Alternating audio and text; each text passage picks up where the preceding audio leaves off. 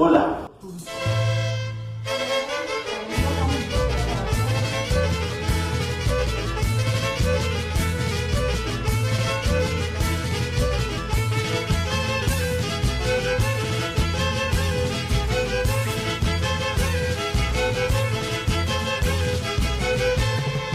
Malagueña, malagueña, malagueña. Ahí estamos. José Luis, ¿cómo estás? Maravillosamente bien puestísimo. Muy bien, bueno, pues gracias a todos por venir. José Luis Trueba Lara, autor de Juárez, la otra historia, el libro que vamos a presentar esta tarde. Yo soy Pascal Beltrán del Río y me da un enorme gusto estar aquí y les agradezco mucho que hayan venido. Creo que nos vamos a divertir mucho, por lo menos vamos a aprender de la mano del maestro de esta historia. José Luis, ¿cómo quieres que procedamos? Como quieras quiero, como puedas puedo. Bueno, yo como soy a la antigüita preparé unas notas, así que Muy bien. vamos a comenzar la presentación.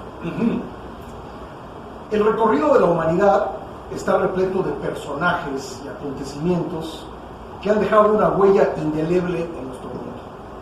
Sin embargo, a menudo caemos en la trampa de simplificar la narrativa histórica, dividiendo a los protagonistas en las categorías de héroes y villanos.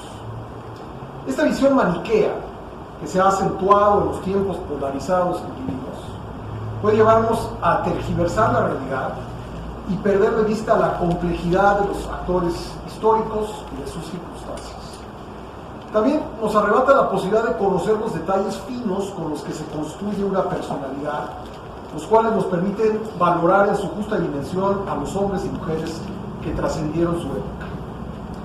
El uso político de la historia, es decir, la manipulación de los hechos del pasado para justificar las decisiones que toman en el presente los gobernantes y líderes partidistas, requiere de esa simplificación.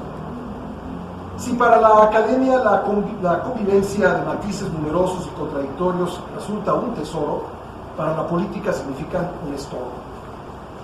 La política no busca la comprensión cabal del pasado y el presente, sino imponer una visión subjetiva sobre el mayor número posible de individuos. Su propósito es crear adeptos, mas no individuos libres, enterados y críticos.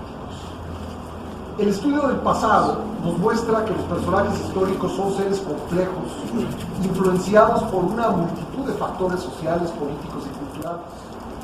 Abrazar una visión equilibrada nos lleva a reconocer que incluso aquellos que han sido etiquetados como buenos pueden tener fallas y contradicciones, y aquellos catalogados como malos pueden haber tenido motivaciones comprensibles.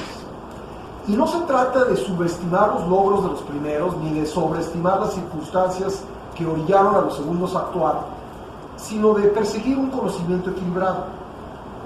Los distintos regímenes que ha tenido el país, particularmente los de larga duración, han intentado incidir en el pensamiento de los mexicanos mediante una interpretación a modo de la historia.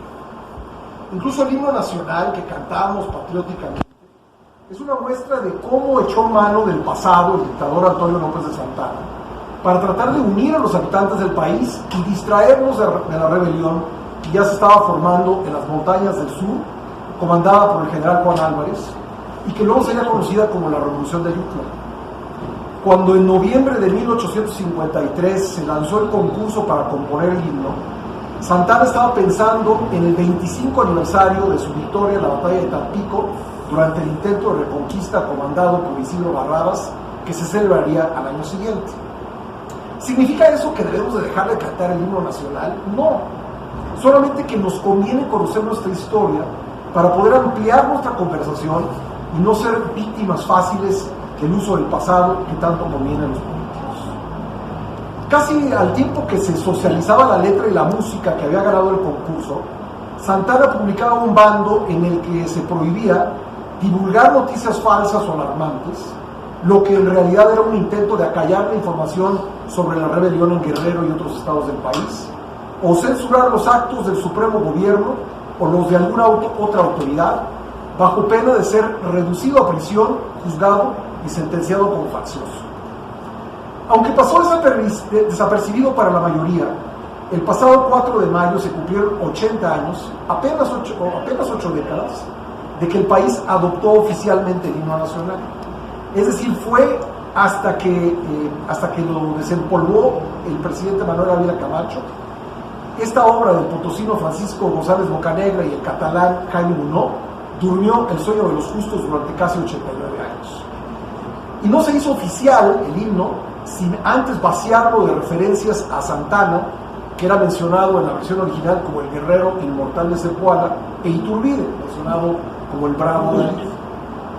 Conocer la historia y no su versión maniquea nos permite reflexionar sobre las consecuencias de las decisiones de los poderosos de otros tiempos y extraer lecciones aplicables al nuestro.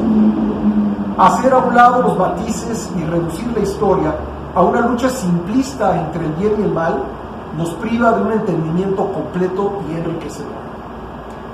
El régimen surgido de la Revolución Mexicana fue especialmente empeñoso en atarnos a una versión particular de la historia, presentar a México como el resultado de la lucha entre el bien y el mal, en la que una nación indígena fue subyugada por el Imperio Español, un país independiente y digno saqueado por las potencias extranjeras, una clase social explotada por otra, y al final el débil siempre se sobrepuso. Producto de esa narrativa es Pancho Villa, presentado por la nomenclatura revolucionaria como un héroe popular que entregó tierras a los peones agrícolas y se sentaba en una banca de escuela para aprender a leer. A casi un siglo de su asesinato, apenas estamos conociendo el grado en que Villa y sus hombres cometieron horrores durante el conflicto armado, arrasando poblados, violando mujeres y quemándolas vivas, colgando a muchos por haberlos visto feo, por negarse a darles de comer, mandando hombres desarmados al frente para servir de carne de cañón en las batallas contra sus enemigos, mientras uno de los sicarios de Villa los pastoreaba con una motocicleta para evitar que hundieran el centro. Todo esto real. Pero ninguno como Benito Juárez, que fue convertido en el personaje histórico más reverenciado del país, al grado de que no hay poblado en México, por muy remoto que sea, que no tenga una calle o de perdida una escuela con su nombre. Resulta difícil hacer el trabajo historiográfico que pueda competir con la narrativa juarista, que comenzó a fraguarse en el Porfiriato y continuó, como digo, en las décadas que siguieron a la Revolución Mexicana. Sin embargo, esa es la tarea que se ha echado a cuestas José Luis Trueba, desafiando el relato que aprendimos siendo niños en los libros de texto. El niño indígena, pastor de ovejas, que aprendió a leer y llegó a ser presidente de la República para después liberar a la patria de la invasión francesa y de un emperador extranjero que usurpó el poder. Insisto, no se trata de decir que esas son mentiras, sino de señalar las medias verdades con que se ha construido la historia que todos hemos asimilado como exacta. Desde luego, hay aspectos heroicos innegables en la vida del Benemérito, pero también rasgos de carácter, relatados por Trueba, que no empatan con la personalidad austera que se le atribuye, como su exigencia de cobrar su salario de 100 pesos oro hubiera o no dinero suficiente en las arcas públicas. El escritor también desafía con datos algunos de los episodios más relevantes de la vida de Juárez, que son tenidos por verdaderos. Por ejemplo, la ocasión que dice la historia oficial, casi fue fusilado de Guadalajara el 13 de marzo de 1858. Fue la oportuna intervención de Guillermo Prieto, los valientes no asesinan, lo que salvó la vida del presidente, o aquello fue una treta del coronel Antonio Landa para poder cobrar un precio más alto al fin de dejar ir a la comitiva antes de que la alcanzaran las fuerzas conservadoras. Y otra más, la victoria liberal en la Guerra de los 3 Años, ¿de verdad se selló en los llanos de Calpulalpan? ¿O fue en las aguas frente a Veracruz, donde la armada yanqui hundió los barcos que Miguel Miramón había comprado en La Habana y con los que pretendía bombardear el puerto que se había convertido en sede del gobierno juarista? Quizá no sea fácil responder a esas preguntas, ni llegar a una conclusión que convenza a todos, pero en todo caso es más interesante discutir esas dudas que quedarse acríticamente con la versión oficial.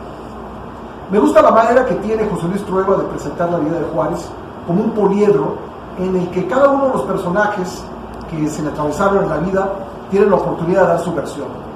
Contada así, la historia se vuelve el producto del azar, la suma de 1000 decisiones individuales, como describió André Breton en su novela Nadie. Visto así, cuando alguien se pone al volante, puede chocar el coche, o evitar el accidente por el solo hecho de que el tripulante del otro vehículo se detuvo un momento en el puesto de periódicos o se regresó a su casa, como pasó a mí hace rato, porque se le había olvidado el celular. Cada una de las decisiones individuales, cada una de esas decisiones individuales, ya sean sumamente meditadas o completamente espontáneas, influyen en los hechos. Las novelas de buenos y malos nunca me han gustado, siempre he preferido las que muestran las pugnas de los malvados contra los malvados, explica Trueba en las notas finales del libro, dedicada a los curiosos. No estoy seguro de que esta sea una historia de malos contra malos, sino más bien, para mí, una trama en la que se entretejen las decisiones que tomaron hombres ambiciosos por hacerse del poder. Hombres que entienden que para lograr su cometido deben dejar a un lado los escrúpulos. Quien se adentra en las páginas de Juárez, la otra historia, tiene la oportunidad de conocer a un Juárez que no conocía. Si lo admira, no necesariamente dejará de hacerlo, pero sin duda lo hará de otra manera, con una mirada completamente distinta. Muchas gracias.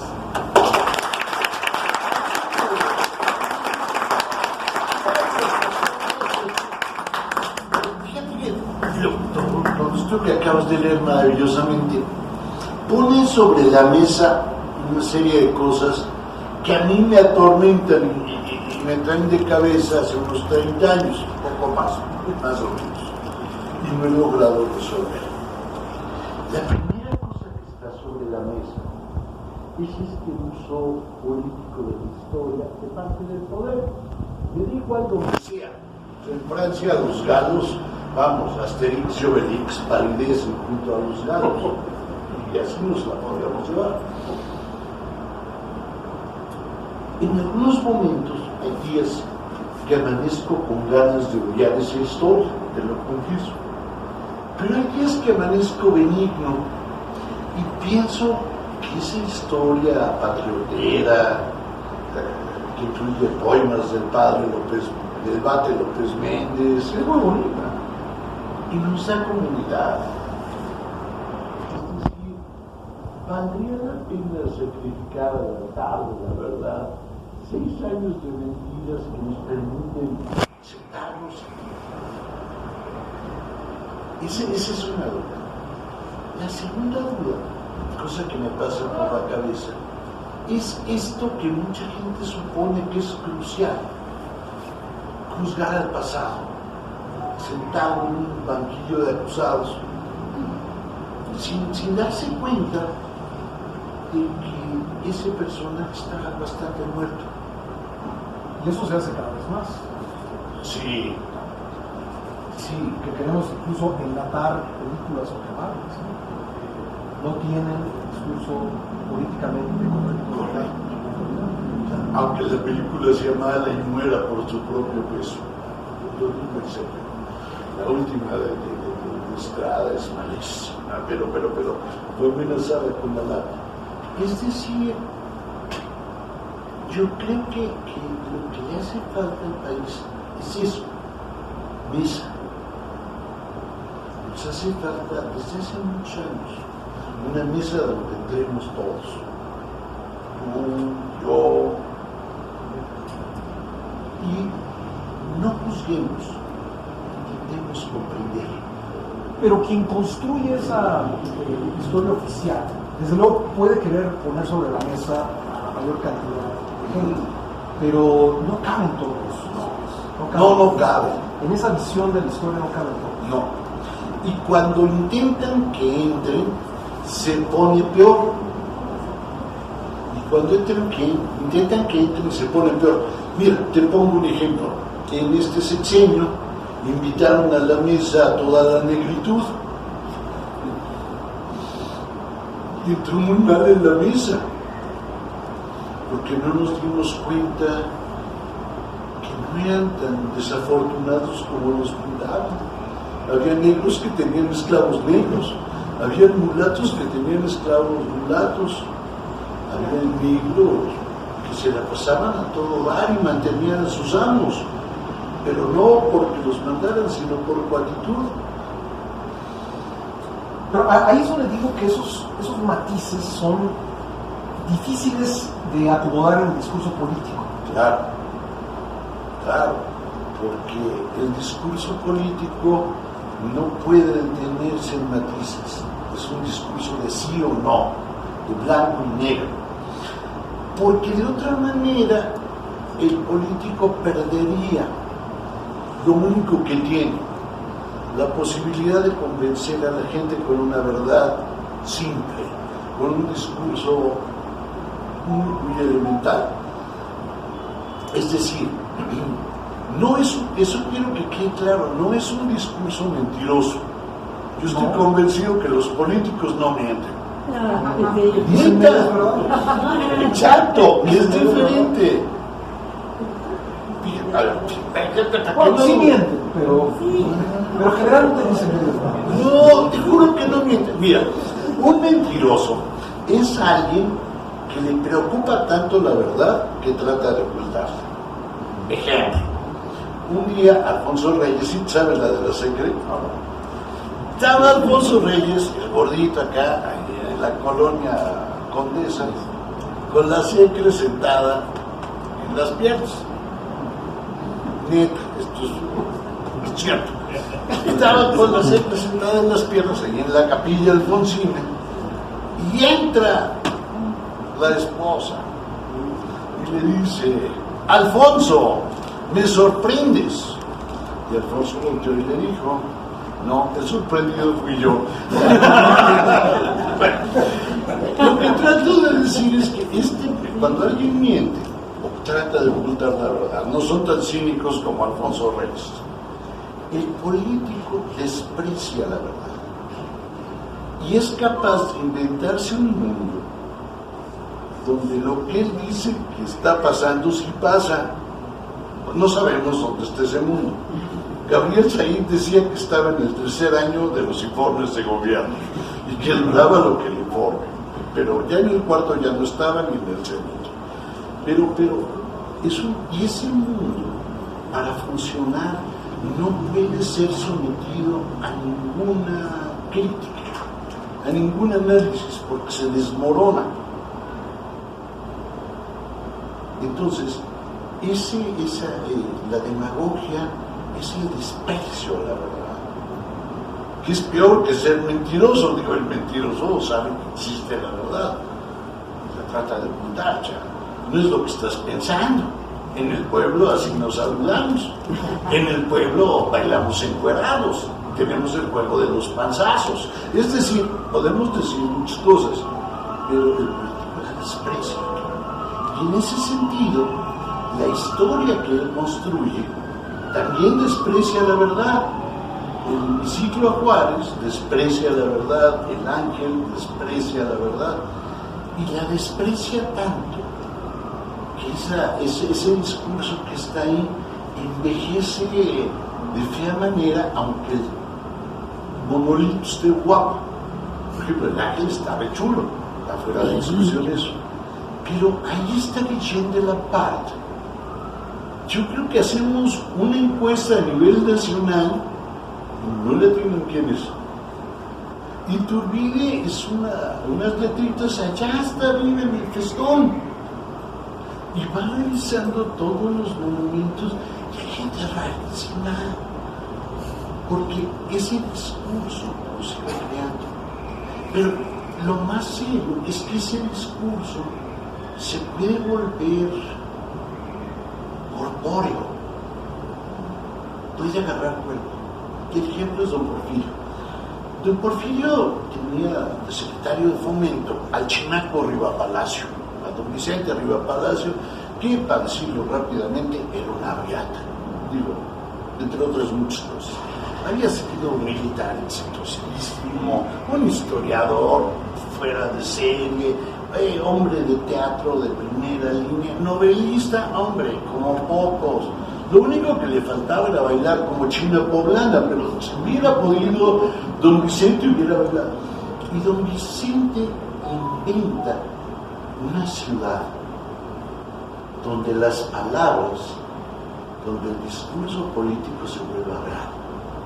Una ciudad, aún más, donde todos los enemigos tuvieran un reconocimiento y descubrieran que el Porfirio era el futuro.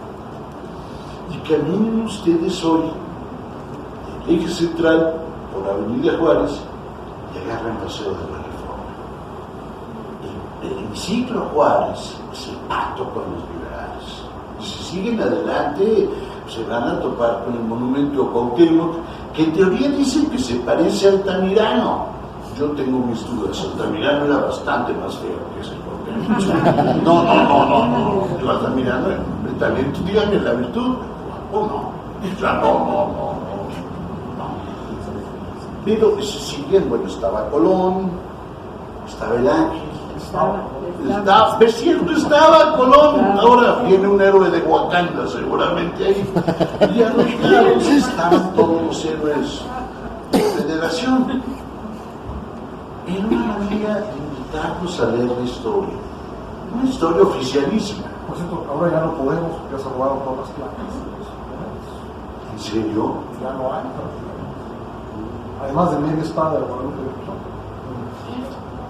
Bueno, es que Guadalupe siempre dio dudas, o sea, vivía en la selva. Bueno, quizá porque lanzó su espada enfrente de Exacto, y nunca la recuperó. Sí, pero era una ciudad donde la demagogia se mostraba. Hoy, por desgracia, ya ni eso tenemos. Una ciudad como libro de texto. Sería bonito. Bueno, habría que tener cierto buen gusto. Oye, ¿por qué Juárez?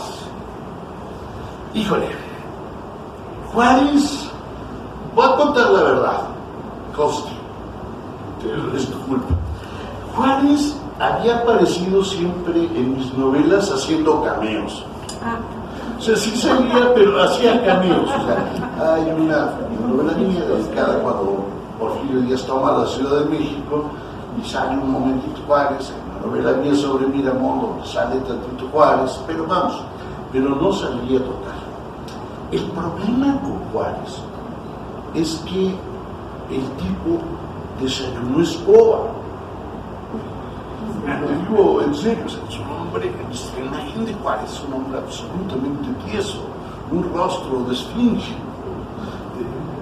Bulnes, que no lo quería nada, le puso un apodo que pinta esta imagen.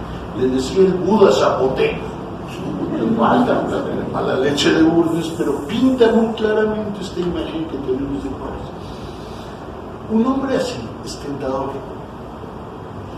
Nada más que hay un problema. ¿Cómo habla el desgraciado? ¿Acaso se echa un cigarrito con los cuates? Bailaba. ¿Cuáles eran sus rasgos humanos? Ahí nació. Y fue una novela que se fue construyendo. Se fue construyendo ante una paradoja. La gran biografía de Juárez, la de Ralph Waldo, se publicó en 1940 y muchos, casi en 1950. Y de 1950 hasta el día de hoy no hay. Y conste que Juárez es no mentado, mentadísimo. Y todos los libros que se han publicado sobre Juárez es un remake de La Carta a mis hijos. Que bueno, leerla una vez basta, o sea, no es que José Juan Gabriel, pero qué necesidad. A eso había que entrarle a ese hombre imperturbable. ¿Qué tan sencillo es encontrar fuentes de la personalidad de Juárez? Fíjate que si Juárez es mudo, tenía grafomanía, eso siempre ayuda.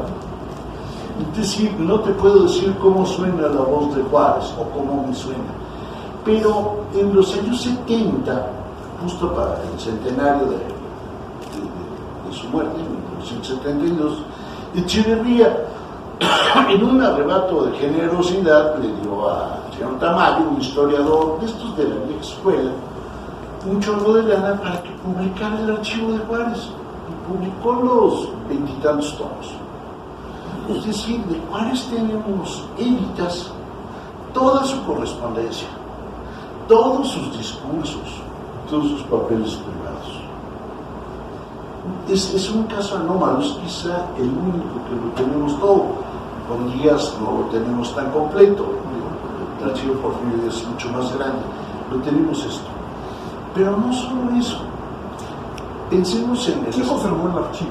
de Porfirio de Juárez. Es un archivo que terminó separado en 3 o 4 repositorios, como decimos hoy, reservorios, para usar la palabra elegante. Una parte está en la Ibero, que han sido verdaderamente cuidadosos con eso. También el de Porfirio Díaz. El también el de Porfirio Díaz está ahí completito.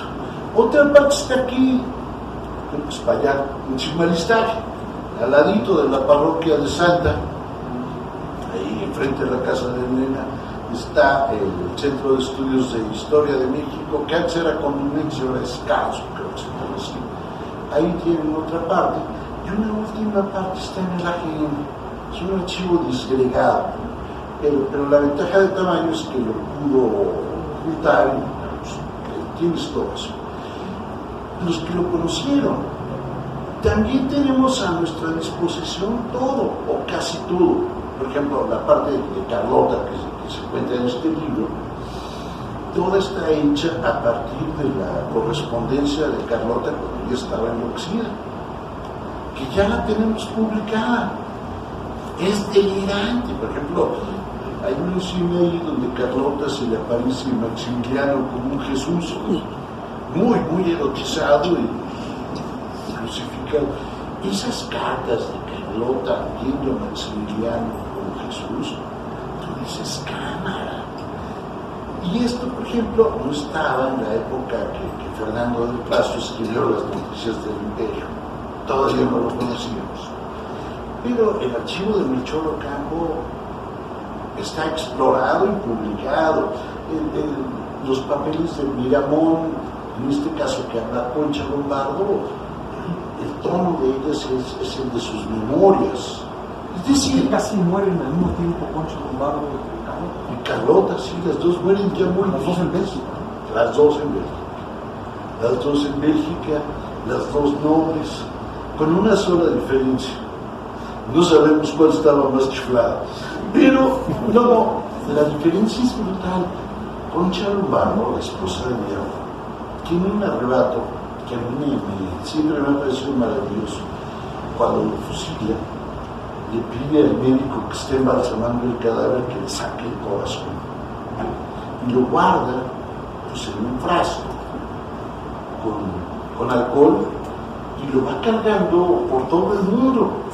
Cuando ya se queda a vivir en Europa, lo tiene en la chimenea. Digo, yo no sé ustedes que tengan en su chimenea, yo no tengo chimenea, pero bueno, la mesa del centro de la sala. Pero imagínense, pero que haga eso de una mujer romántica, de estas mujeres del siglo XIX. Está en Puebla, ¿no? No, está allá, todavía no lo traen. Está allá. Todavía está allá, junto con una buena parte de la familia de Miramón que no regresó. Decidieron que aparte son nobles igual que los Iturbide. Ellos nos salvarían, saldríamos en el Ola en vez de en el esto. ¿Qué tan real es la historia cuando ella regresa a México, muerto Juárez, encuentra enterrados en el Panteón de San Fernando a Juárez como su marido, se lo lleva de ahí? Sí, es absolutamente cierto. Juárez fue malvado hasta después de fue malvado post-mortem, lo cual es difícil. Cuando se entierra en San Fernando, que es el panteón que surge en la guerra, es el primer panteón de la matanza de la guerra. Es un primer, sí, es un panteón civil, incluso. Juárez, el lote que compra, no sé cómo se llama, pero digamos el lote de su tumba, lo había pensado enfrente desde Miramón y Mejía. Es de una mala leche, Dios, sensacional. Te llevaban pesadito. Cuando Concha Lombardo regresa a México, se da cuenta que ahí está el general Miramón, y lo exhuma, y se lo lleva a un lugar de gente decente. Bueno. Sí. Y salvo el corazón. Salvo el corazón que lo tenía en su casa. Viene, lo manda a Puebla, se queda unos meses y regresa a Europa. Ella, junto con los hijos de Miramón, estarán ahí. Incluso me llamó este hombre, cuando ya es derrotado en la guerra de reforma, él se refugia en el Vaticano, es una historia preciosa la de él, y es el primer laico que puede tocar la hostia y dársela a los fieles en la Basílica de San Pedro cuando da misa el Papa. Es decir, Miramón era invitado, no sé cómo se diga, especial, de honor, algo así, de cuchicuchi del Papa, para decirlo técnicamente. O sea, era un hombre que tenía, digamos, línea directa con Dios. ¿Qué te sorprende de la personalidad de Juárez que encontraste archivos investigando este libro y que no son datos, digamos, ya no digamos que no forman parte de esto? Es una parte rarísima. El caso de Salanueva. Todos hemos oído hablar de Salanueva, que le dicen el padre Salanueva, que era laico, pero no importa, era de la orden tercera de San Francisco. La historia oficial se resume muy fácil. Benito Juárez tenía hartas ganas de aprender a leer y escribir. El padre Salanueva lo vio y dijo: este muchacho tiene futuro, y va para adentro. Y Benito Juárez es el único que da datos del padre Salanueva. Es un absoluto desconocido. Juárez dice que ahí aprendió a leer a Feijó, Benito Jerónimo Feijó. Ustedes dirán: ¿y quién es? Entonces, de pronto te quedas pensando y dices: no pudo haber leído a Feijó o Salanueva, porque Feijó negaba la existencia de los milagros, aunque aceptaba la existencia de los vampiros. Esto es en serio. El mejor tratado de vampiros en español es el de Feijó. Cuando quieres saber cómo matar a un vampiro, pues en el tratado de los vampiros de Feijó, y es muy bonito. Niega eso, y él dice, Feijó dice que los milagros son tan tontos que la ciencia los va a poner en claro. Imagínense ustedes a un hombre del Cordonazo de San Francisco, en Oaxaca, lo cual no tiene nada de malo, pero está lejos de la metrópoli, muy, muy lejos de la metrópoli. Leyendo eso, y tú revisas el inventario de los libros del seminario y no está rico. Entonces te empiezas a dar cuenta que Juárez empezó a inventarse una serie de lecturas y una serie de herencias intelectuales que nunca pudo tener. Entonces, cuando descubres que no tuvo eso, ¿qué habrá pensado Salanueva de Juárez? Que se le voltea, se vuelve masón, liberal, o sea, se vuelve de lo peor, un demonio. Y entonces dije: bueno, debe haber sido horrible. Y ahí es cuando nace esta carta inventada. Incluso el documento está pensado como un documento de principios del 19. Y contar escribir ese documento fue una delicia. Es el segundo documento falso que escribo. Uno lo escribí en un seminario de historia. Yo ya dije que no era cierto, pero nos divertimos mucho para las semanas sobre el pecado nefando de Juan Bautista de Anzamía. Buenísimo. Pero no, he dicho no. Pero inventar este documento fue... Incluso escribir todo eso sin puntos. No tiene un solo punto. Bueno, y aparte, perdón. Sí, muy diferente. ¿Cómo decidiste que los diferentes personajes que se cruzaron en la vida de Juárez tuvieran una voz en primera persona? Cada vez que, cuando ves más, te cuento mi caso, no sé qué pase con otros. Cuando yo me voy a sentar a escribir una novela, el problema no es el tema, o sea, sino cómo contarlo. Exacto. El problema es de arquitectura y de lenguaje. Es decir, una novela supone una construcción arquitectónica. Hay algunos que son magos para la arquitectura de las novelas. Piensen en Vargas Llosa. En La Casa Verde, el incendio del burdel está exactamente a la mitad de la novela. Perdón, eso no es casual, eso es un plan maestro. Cuando lees La Fiesta del Chivo y ves cómo cada capítulo es como un pedazo de un piso, si los bajaras todos, lo armas, es una arquitectura. Ese es el primer problema a resolver. Y el segundo problema es el lenguaje. Cada novela significa inventar un lenguaje. Pongo un ejemplo. Hay una novela mía dedicada a la Malinche, que la primera versión la escribí con sintaxis náhuatl del siglo XVI, pero en español. Ustedes dirán, oye, qué ociosidad. No, es que si no se escribía así la primera versión, no salía. Ya después ya le vas puliendo, le vas boleando, le vas lijando para que quede legible. Pero ese envejecimiento del lenguaje, ese tono del lenguaje, solo lo podía tener ahí. Bueno, con Juárez quedamos que era mudo.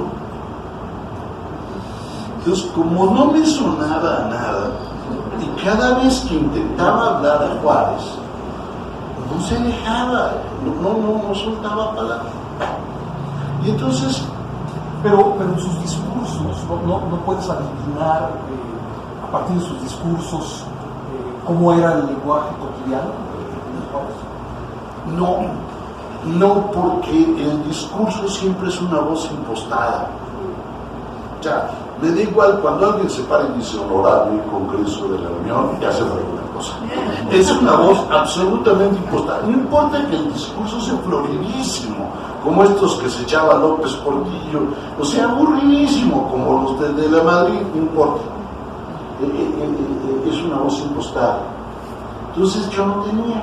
Entonces dije, ya sé qué voy a hacer. Ni de la correspondencia. No, porque Juárez no escribe a su esposa, le escribe a la posteridad. Juárez tiene muy claro que va a pasar a la historia, lo cual es una soberbia. Entonces yo dije, claro, no me queda más remedio que darme cuenta que había perdido una apuesta. Y aquí te cuento una apuesta. Una amiga querida, Verónica Murguía, que es una gran novelista, y yo habíamos pensado en algunas ocasiones y discutido en un par de encuentros ahí en la Cámara de la Industria Editorial, habíamos discutido que lo que hacía falta era escribir una novela sobre la peste de 1349. Digo, una novela imposible. Y yo lo intenté con una novela que se llama De Nuevo, que fracasó. Y ella lo intentó con un esquema muy parecido al de La Cruzada de los Niños. Y cuando lo vi contar una epidemia en todo un continente que dura más de 100 años en 120 páginas, solo así. Yo dije, claro, es ahí. Y gracias al Cuarto Jinete de Verónica y gracias a La Cruzada de los Niños, fue que dije, es la única salida que hay. Y estaba con esto la estructura. Y el lenguaje, ahí sí viene de toda la correspondencia. La loquita de Carlota sí escribía como hablaba, porque estaba chiflada, no tenía manera de impostar. A ver, hay un personaje que me sorprende mucho en el libro, que es el Mosco López. El Mosco López es un bandolero, Sí. Que es utilizado en momentos de la Guerra de los 3 Años por Juárez, a falta de un ejército. Vamos a usar a los bandoleros de la zona de la Malinche, ¿no? Ajá. ¿Por qué no nos platicas un poco? Bueno, el Mosco López sí existe, aunque nadie me lo crea, y así le decían al canijo. Yo al Mosco López me lo topé gracias a un libro de historia poblana sobre la guerra de reforma y el imperio en Puebla, sobre la violencia en esos años, y el Mosco López y su gavilla eran dueños de la Malinche, digamos, hasta el volcán de Oye. Eran dueños de toda esa zona y ningún gobierno les disputaba por ahí. Ellos ni siquiera Es derecho un de poco piso. como hoy en algunas regiones del país. Exacto, así a lo que han dicho, esto es nuestro y aquí mandamos nosotros. Cuando viene la guerra, el problema de cualquier guerra es cómo le detienes los suministros al enemigo, cómo los utilizas constantemente, cómo eres capaz de generarle problemas y tú no tienes un ejército de veras. O lo tienes desperdigado en 2 millones de kilómetros, número redondo. Y justo Juárez, y la gente de Juárez, no les queda más remedio que pactar con el crimen organizado de aquella época. Y entonces hablan con estas gavillas y le dicen, mira, yo te voy a respetar tu territorio, pero a cambio de eso tú atacas las tropas de Miramón, te damos chance de que los asaltes, los robes, bueno, pero ahí vamos con un cacho. Esta práctica de usar a los bandoleros no es solo privativa de Juárez y de la guerra de reforma.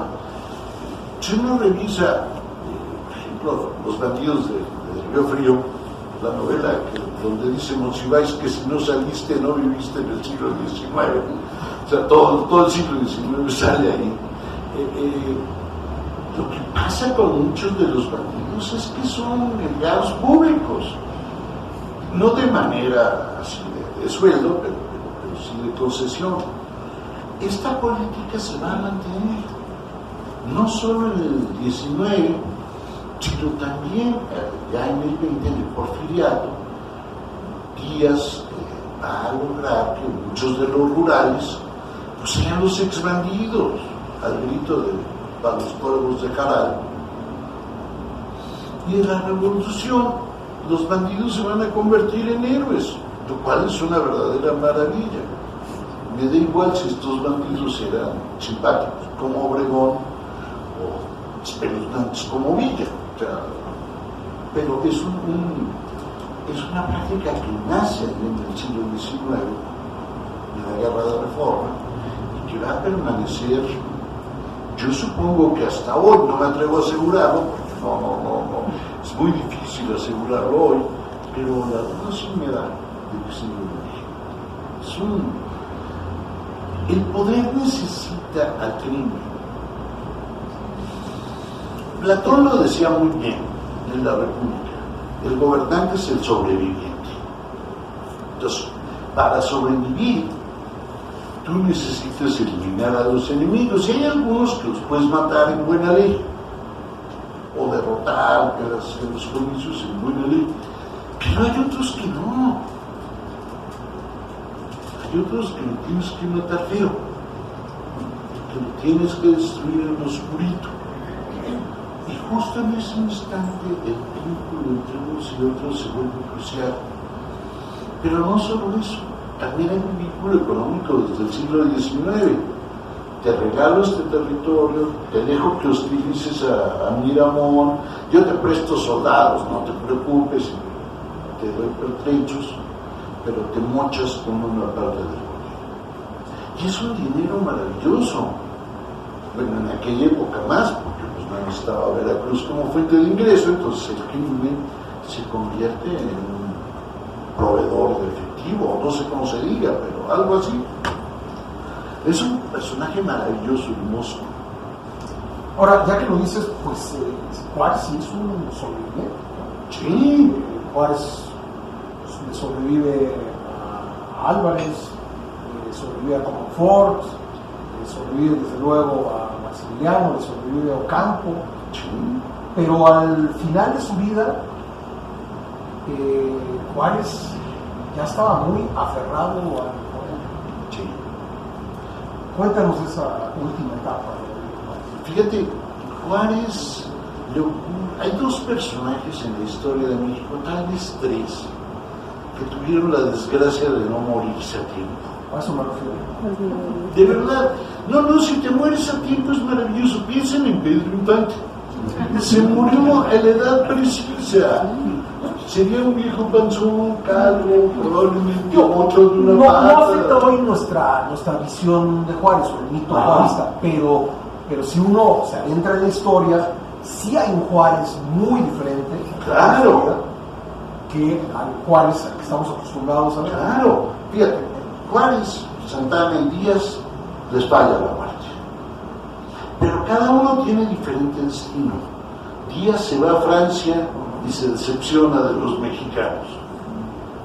Santana regresa y su esposa le paga a los miserables para que le digan su alteza.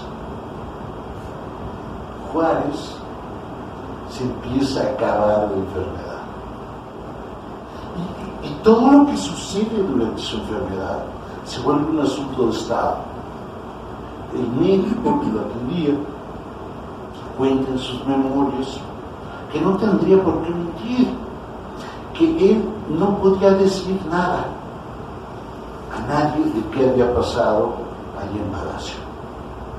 Pero era una petición expresa. No solo eso, se da cuenta que Juárez está condenado a muerte y que el cuate lo único que quiere es seguir vivo, pero no para sobrevivir, no para pasarla bien, sino para seguir siendo presidente. Es escalofriante eso.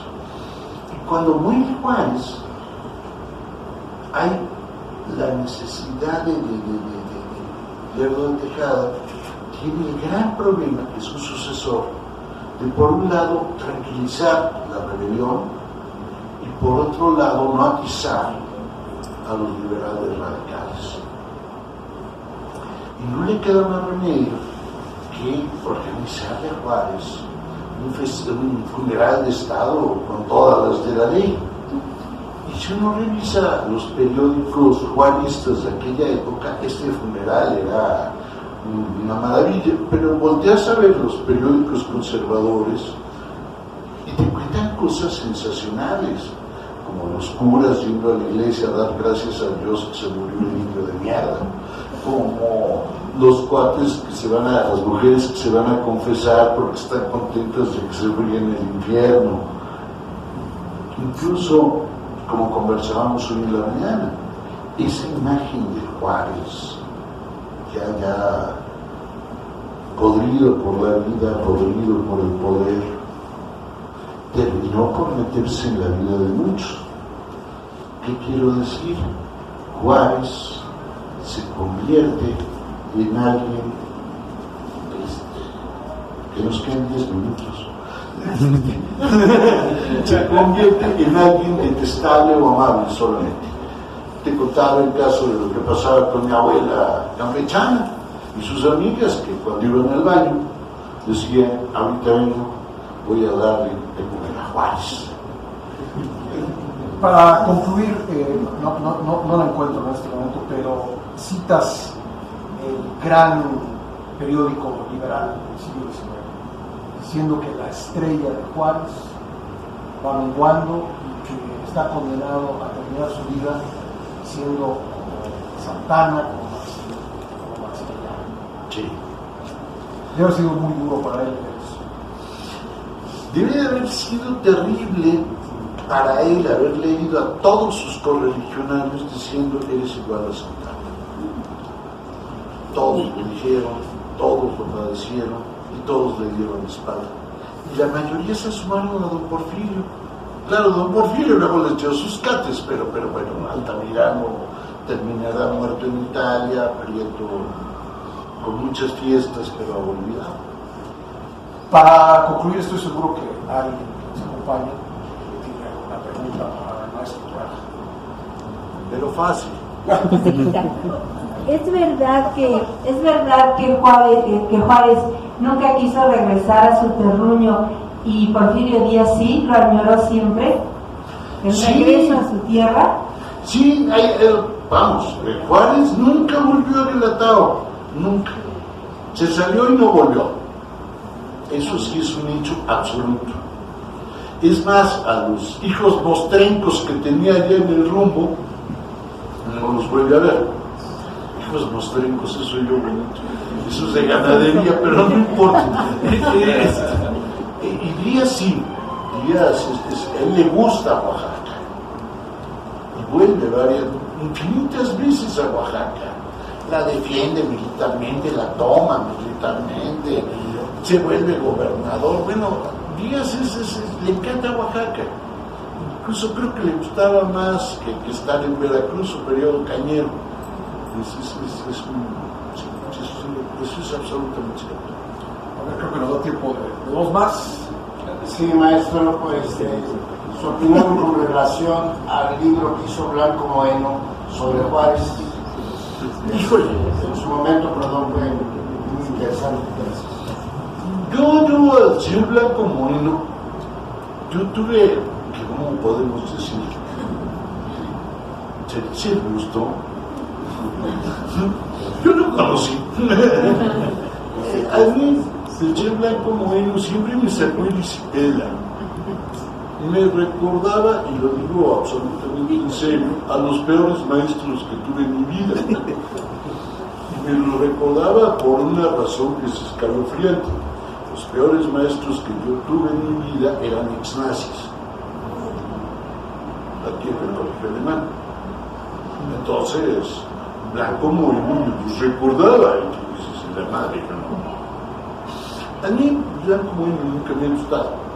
Pero hay otro que nadie se acuerda de él, de Fuentes Mares, don José Fuentes, paisano de Pascal. Amigo de mi abuelo. ¿A poco? Algún libro de Fuentes Mares dedicado a él. ¿Han oído hablar de Dios? Fuentes Mares era su jefe. Es un historiador de la vieja camada, eso sí es un hecho. Pero con una pluma, un colmillo, un trabajo prodigioso. Y de Juárez, aquí viene una mentira, porque no me acuerdo bien, no me acuerdo si la primera versión de su biografía de Juárez fueron 4 o 5 tomos, perdón que no lo recuerdo. Y luego ya Océano, en los años 80, los publicó como un solo tomote. Y hoy ya se acuerda de Fuentes Mares, algún premio que da el gobierno del estado de Chihuahua a testimonio o a crónica, algo así. Pero ese es mejor. Blanco Moeno, no. Y aparte, tenía la peor sección en 24 horas. Era peor que la de Paula Cruz. Claro, con la ventaja de que Paula Cruz titularía, así te quitaba el hipo. Maestro, ¿usted qué opina del libro de Severino Salmerón, que hace pinole a Juárez por todos sus tratados que hizo con Estados Unidos, y que gracias a que acababa de terminar la guerra de secesión, Estados Unidos no se anexó más territorio al sur de todos los que comprometió Juárez con el simple hecho de que le hicieran préstamos de dinero que mal manejó? Y tenemos un ejemplo muy claro del actual presidente, que por eso lo admira. Es un tipejo igual que él, ¿no? Sí. Es admirador. Es más, Juárez tuvo que ser muerto, lo envenenaron. Ajá. Esa es la realidad. Puede ser, pero fíjate que si volteas a ver el libro de Salmerón, creo que podrías entender al régimen actual. Todos los gobiernos, eso no crean que es privativo del nuestro, de todos lados, normalmente tienen historiadores a modo que van creando sus discursos. Salmerón ha cumplido en este sexenio esa función. Su libro sobre la conquista pues pide que vayamos a invadir España para emparejar las cosas. A mí entre nos me da un poco de flojera porque el mar no me sienta. Pero la biografía de Juárez que escribió Salmerón, a mí me parece que el que sale en esa biografía no es Juárez. Se parece tanto a López Obrador. No, de veras, es un Juárez tan a modo que es un retrato. Y el secuaz de Salmerón, Ávila se apellida, se me ha olvidado el nombre. Felipe Ávila, efectivamente. Felipe Ávila escribió también la biografía de Villa y la de Zapata. La de Villa la hizo en colaboración con Salmerón. Y resulta que ya eran obradoristas. Eran como son libros como el bolero, o sea, antes de conocerte te adiviné. O sea, Juárez no conocía al Observador, pero es igualito, Villa es una suerte de cosas así. La verdad es que son estos libros a modo que habría que entenderlos y habría que leerlos. Yo soy partidario de leerlos, sobre todo a Ávila. Salmerón no tiene tan buena pluma, pero Ávila sí tiene buena pluma, se deja leer sabroso. En esos libros lo que tú vas a encontrar no es el pasado, sino el presente, y eso los vuelve maravillosos. Muchos libros de historia no hablan de los siglos que quieren narrar, sino del momento en que fueron escritos, y eso me gusta. En segundo lugar, lo que ves en esos libros, que también resulta muy fascinante, es cómo entiende el poder el pasado. Cuando lees un libro de historia así, se vuelve fascinante. Por ejemplo, si tú lees El México a través de los siglos, que dirigió el Chinaco Riva Palacio, y lo lees desde la perspectiva del porfiriato, se vuelve mucho más interesante que lo que cuenta. Y lo mismo te pasa con los textos coloniales. Si tú lees a Clavijero, lo que estás leyendo es la invención de México, por parte de los jesuitas, por parte de los mestizos y los criollos ilustrados. Entonces se vuelve mucho más interesante. Ahora, eso no les da ningún valor histórico, les da un valor, pues valor. O sea, no tengo nada en contra de ellos, pero no los volví a leer, eso sí. Sí. Maestro. Sí. Buenas noches. Buenas noches. Bueno, usted podría indicar tal vez cuál fue la postura de Juárez ante la guerra de las castas. Es una pregunta rarísima. Déjame decirte por qué es rarísima. Porque nosotros estamos acostumbrados a pensar que este país existe. Perdón que diga algo tan raro. Pero si nosotros viviéramos a mediados del siglo XIX, después de la guerra con los gringos, este país no existe. No existe. Es decir, pensar en Baja California, pues era una chifladura. O sea, ¿qué hay allá? Y en lugares donde ya desde la época de la colonia pasaba el camino tierra adentro, pensemos en el caso de Chihuahua, la mitad de ese territorio o más de la mitad, era absolutamente incomprensible para el centro. Es más, cuando dicen lo vendemos, pues sí, ¿qué hay ahí? 4 blancos, 2 mulatos, 15,000 apaches en pie de guerra, 11,000 comanches en pie de guerra, etcétera, en pie de guerra, y arena. Ya, no lo entendía. Yucatán es el caso. Es el caso. La península, incluso la península. Había que ir por mar, ¿no? No se podía ir por tierra. No se podía ir por tierra. Yo fui la primera persona que pasó por tierra de Tabasco a Campeche. Te lo juro. Había una panga, ¿no? Una panga, pero el primer puente. En los años 70, ¿no? En los años 60, en época ya de Díaz Ordaz, yo me acuerdo que estábamos ahí parados para pasar y fuimos el primer carro. Es decir, yo fui el primer, esto es real, que pasaba por allá.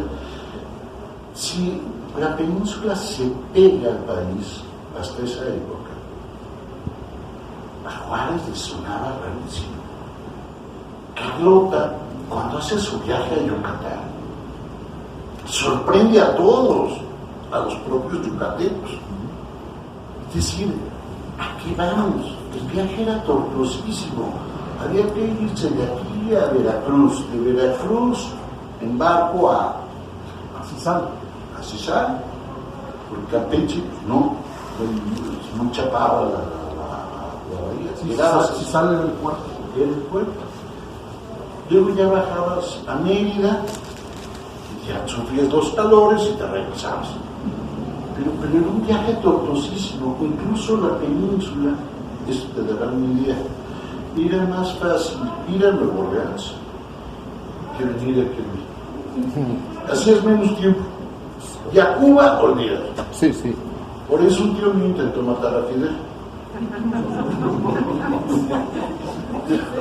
Bueno, pues, un aplauso para el maestro.